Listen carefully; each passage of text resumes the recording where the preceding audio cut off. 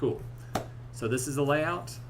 The first thing, of course, we need to do is make a new document. This is going to be an InDesign. For this one, it's going to be 4 pages.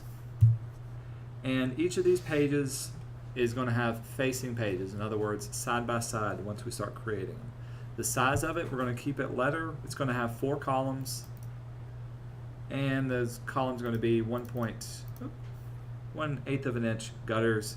And we're going to have a 1/4 of an inch on all sides of the margins. Everything else we'll leave exactly the same. And this is our setup. Now when I do this, notice how this setup is. It starts off with 1 page and then does 2 pages side by side and another page. Why do you think it does that? There's a master page. No, not necessarily the master page. So think about how a book is laid out. If you've got a book laying in front of you, and before you even open it up, I saw what you were doing, Nick. Before you even open up that magazine or that book, it's only got 1 page that you're looking at, right? You're not really seeing, and when you open it up, then you've got the 2-page spreads. And of course, you bring it to the end of the book, you got the last page. So when you create something like this, it's by default, InDesign is going to lay it out this way. We don't want this way. We want to be able to shuffle up these pages. So here's how to do this. I want to put them side by side just as they are right here. To do this, we're going to open up our Pages palette. Here it is right here. I'm going to drag it off so we can see it. Inside of this one, we're going to click on the Options arrow, and this is at the very top right-hand side, and we're going to turn off Document Page Shuffle. Allow document pages to shuffle. So if I was to click on it again, you can see it's unchecked. With this one, I can click now and drag pages out of order and place them side by side. And it will take a little bit of, there we go, just like that one. That's how you can rearrange the page layout. If you needed, for whatever reason, something to have 3 columns of pages, you can do this as well. But now they're in shuffling mode. See how there's a line right there, and then there's like a little bracket that connects to it? If you do just the line, it's going to place it the next line over. If you move it to where the bracket is right next to it, it's going to snap to that one and give you the 2 side-by-side pages. That's what we wanted to do with this particular text. All good? Okay. Here's the next thing to know about when creating this. It's setting up text styling. So let's open up our information and see what we can do with it. So here's the text, and it's just in a regular text document. There we go. So here's a title. I'm going to copy this. And I'm just going to make a text box for it. I'm not worried about the size or anything. I'm just going to paste it in there, maybe make it a little bit larger so I know it's a title. Do the same thing for the body copy. Copy it. Make a new text box. Paste it into there. And the specs, copy them. Copy. Make a new text box. And paste the specs. So for now, I haven't done too much formatting to see what it looks like. All I've done is placed this inside of here.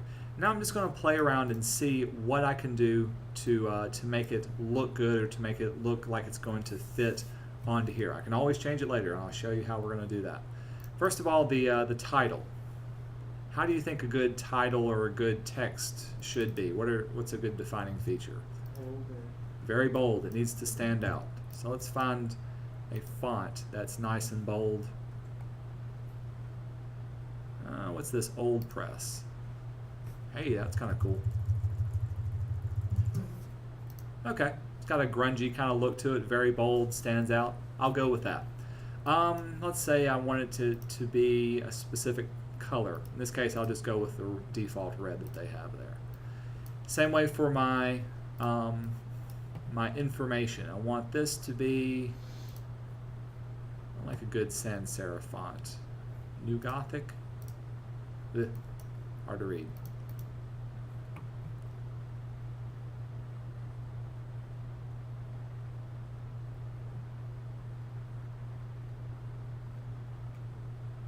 Let's try Britannic.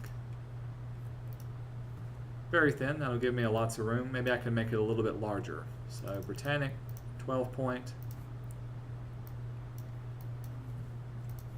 I see I've got some hyphenation on here. Maybe I'll highlight this. To turn off hyphenation, if you look up in the very top, there's hyphenate. You can check it, turns it off. That'll work from there. And the last thing, this is a list of information. Let's make this a little bit bigger. Uh-oh. Maybe not so big. And I like that, but I want it to be italicized, so that's good too. So that looks pretty good by itself. So this one, as far as the type goes, I'm using Old Press. It's size 68, and it's that color. I've got this. Let's say I wanted the first line to have a little bit of an indent, so let's add some first line indenting. It's this particular size. It's this particular Britannic light. This one's minion italic 17 point. Okay, so I've got that text onto here.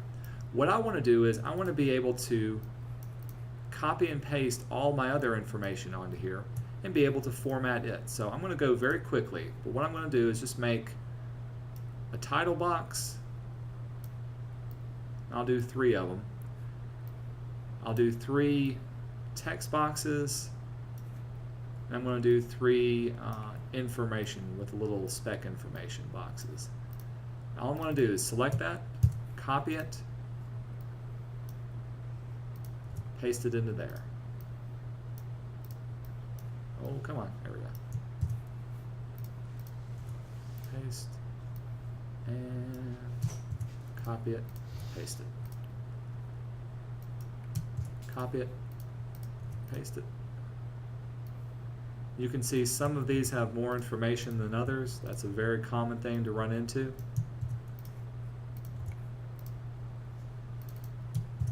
Copy it, paste it,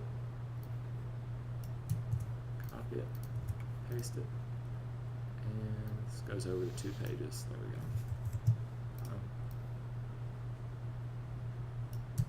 Copy it and paste it. Have I lost y'all?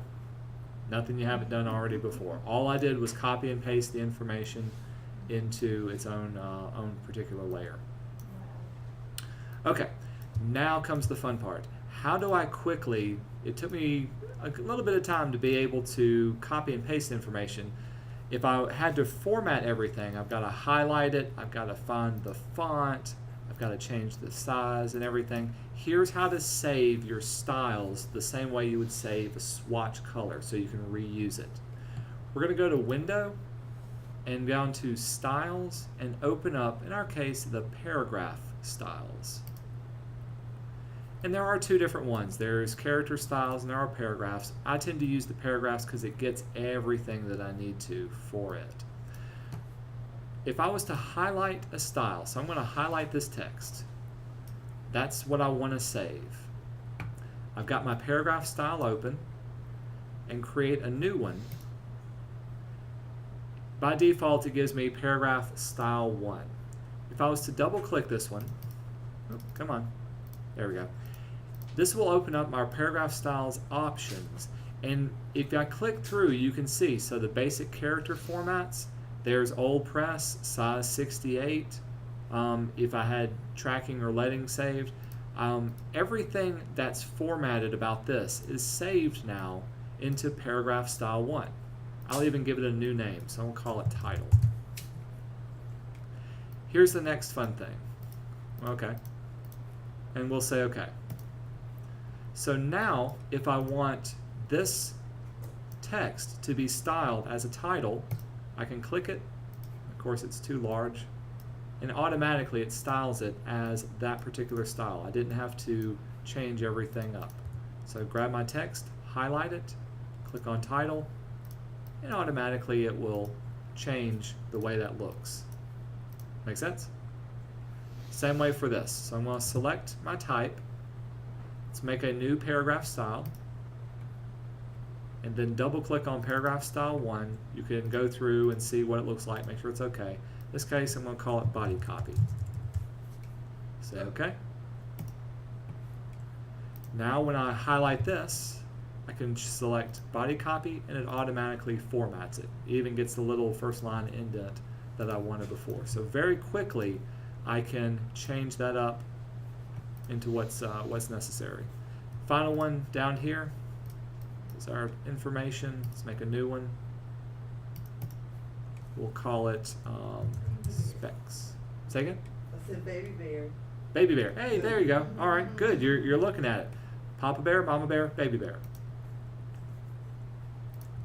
Select it, hit specs, automatically it formats that exactly the way I wanted to do that. See how quickly I did that? It took me less time to format it than it did to copy and paste everything. That's, yeah.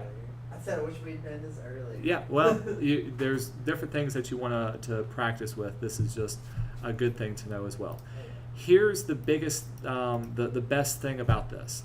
So let's say I'm going through and I say, man, those specs, they're just too big. I gotta change the size of them. I need more room. I don't think they should be that particular size. If I was to double click on the word specs, bring up my options, I can change up anything about this one. And let's see, I'm moving around so we can see. Y'all can watch it down here. So let's say I change the basic character format. Instead of it being 17 point, let's make it 10 point. I can even turn on preview and it will change the size of everything that's been formatted as specs. Make sense? So if I hit OK, automatically it's been changed on all of those. So I only have to change it once to affect everything that's about it. If I didn't like this color red, well, where's that one saved under? What's title? Open up the title. Under this one, let's see, where is it saved? There's character color. If I don't like that color red, say I wanted it to be blue. Click on blue. You can see it's changed. And they've all been changed exactly. So having paragraph styles is a great way of quickly formatting, especially large amounts of text that you're working on. Make sense? All cool? I'm going to throw in a bonus one for you just so you know about it.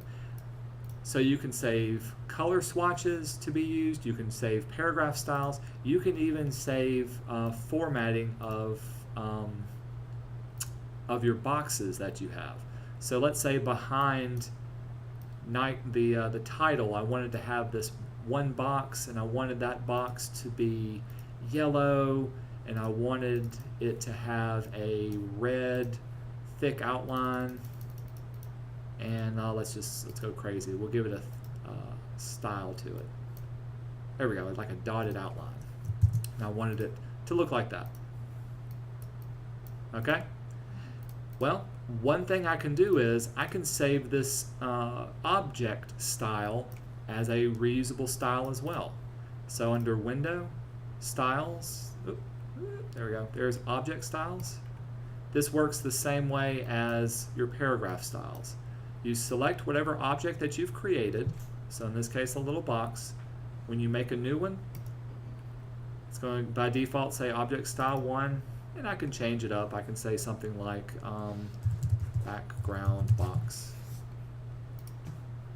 Now whenever I create another box or another box or another box, I can select all three of those.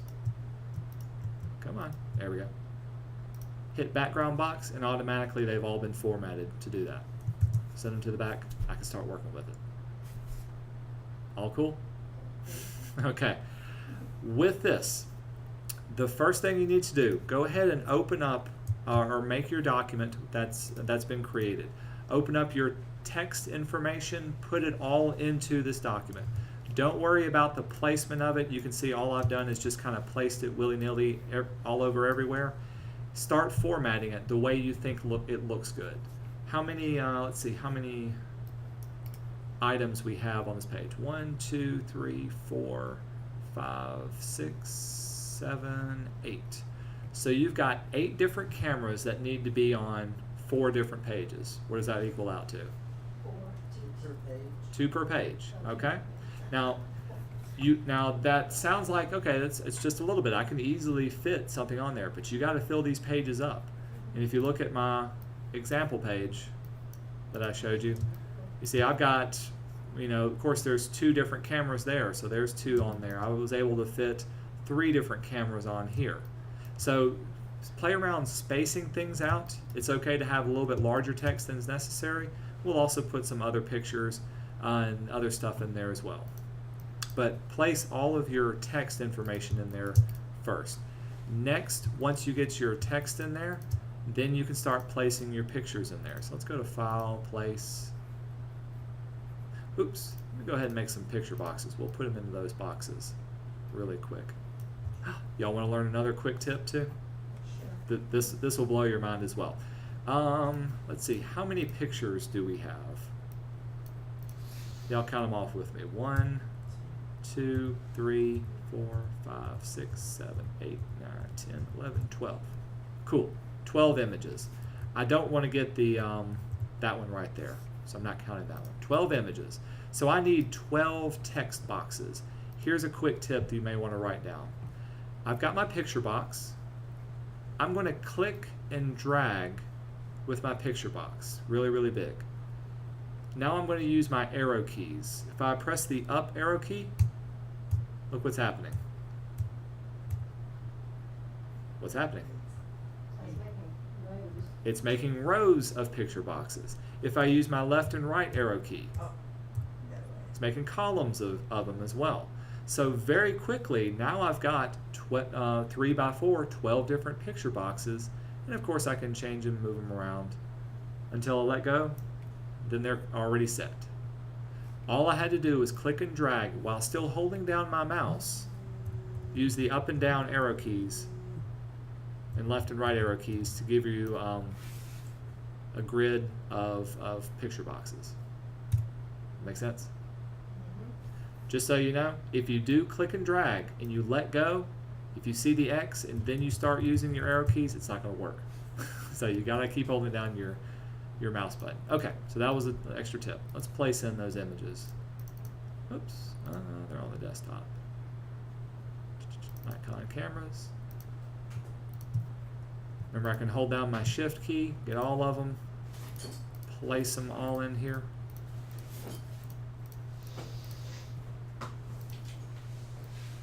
And I can always hit my scale to fit, auto fit, and they'll scale themselves down. Another best part about this is they all have a white background, so it's going to be very easy once we start clipping everything off. But once they're in here, now I can start kind of grouping things up and say, okay, I know that's going to be there, just a rough layout. Just for today, give yourself a rough layout of the information and your paragraph styles. Then tomorrow we'll talk about how to refine it and how to get the best layout for your iFlow. All cool? Okay, I'm going to turn it back over to you and let y'all get started on this one.